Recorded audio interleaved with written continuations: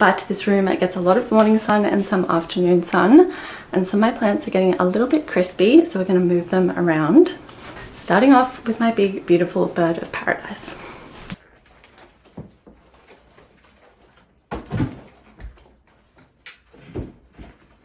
Hello, I'm Jacinta from Past That Plant. Today it is a Sunday, it is spring, so let's potter around the houseplants. I know it doesn't look that bright in here right now. It is very gloomy today. It's going to rain in 2 hours, so I'm going to try and do this video before that happens. If you follow me, you would already know that I'm constantly moving her with the seasons. She moved over right into the sun for autumn and winter, and now it's summer then spring. I'm going to move her back into a slightly darker corner where she's not getting a lot of direct sunlight. So you can see she's in this corner. We're going to move her to this corner. It's still in a bright room and near my bathroom, which has a skylight, so there will still be a lot of indirect light for the hotter seasons. So let's move it.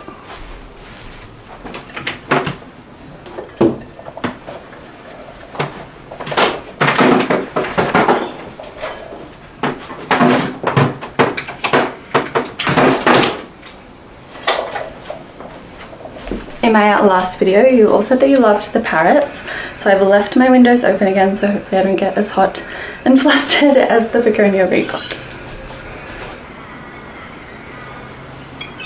My little bottle and terracotta spike setup is empty, so that's the perfect time to do this.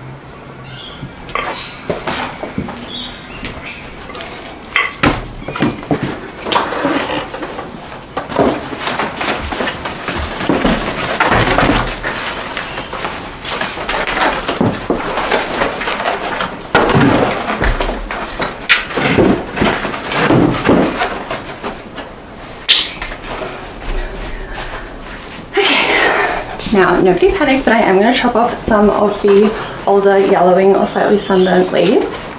There is new growth happening. I don't need a plant this big. It's okay to prune your plants. You can see where she was getting a bit sunburnt.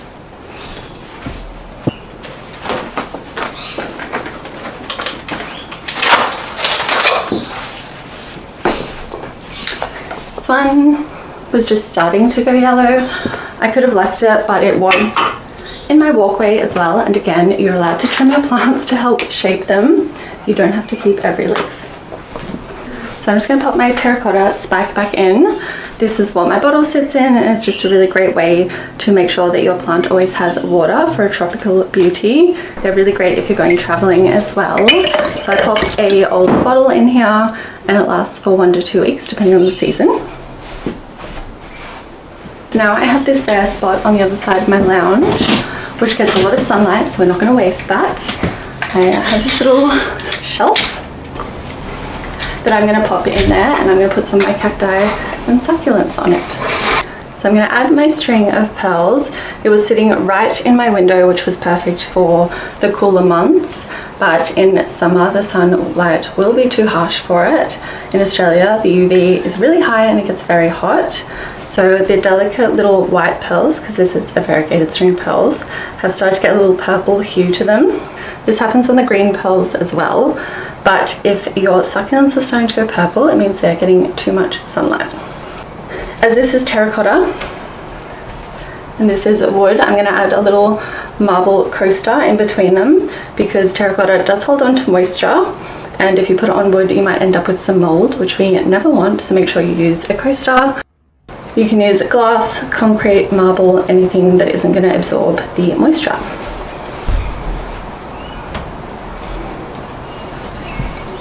So it is already raining, almost wrong as usual, but trust me when I say this room is usually very bright. So I'm going to add my string of hearts to the shelf as well.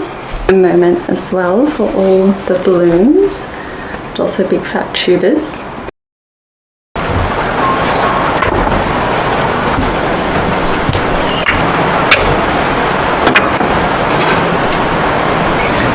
Gone from raining a little bit to a full-on thunderstorm, so I've had to close some of the windows because the rain is coming in, but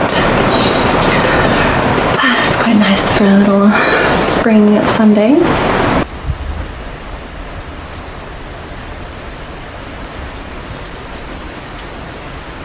but I'm loving this. There's lots of more space on here as well, so maybe I'll continue to add to my cacti and succulent collection.